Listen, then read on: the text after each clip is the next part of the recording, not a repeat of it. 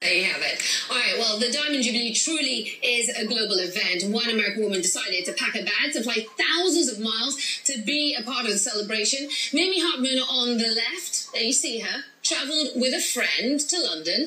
Mimi is on the phone now, and I'm thrilled she can join us to just chat to us about her trip. Mimi, I understand you've been a fan of the Royals for a really long time, but I've still got to ask you why you'd leave the comfort of your sofa, your TV, and travel to London for this event. I just felt like I had to be there. I felt like it was a once-in-a-lifetime chance, and just to be there and be among the crowds and, see the Royals in person, even though they're tiny specks far away, just to be there and no one does pomp and pageantry better than the English, and it lived up to my expectations. It was great. So it did live up to your expectations. Talk to me a little bit about the events you attended. I know you said that the Royals were just the speck.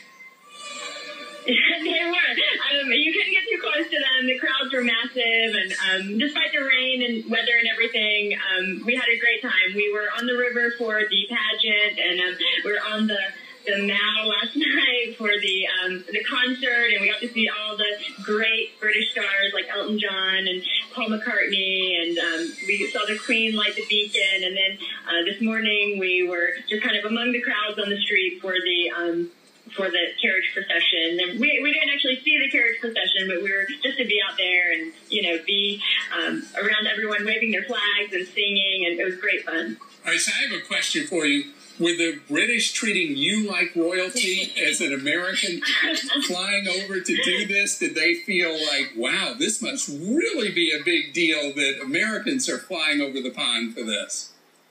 They were. Everyone was super friendly and so nice, and they just couldn't have treated us better.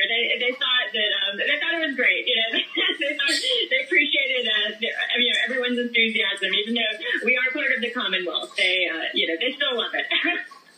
Well, Mimi, it was great that you could join us on Evening Express and just share a little bit about your trip. Before I let you go, very quickly, your favorite moment, your favorite memory from this trip. I think my favorite moment was being on the Mall and being amongst all the people at the concert last night. And at the end, Prince Charles came out and gave a really touching speech to his mother. He called her Mummy and, Your Royal Highness.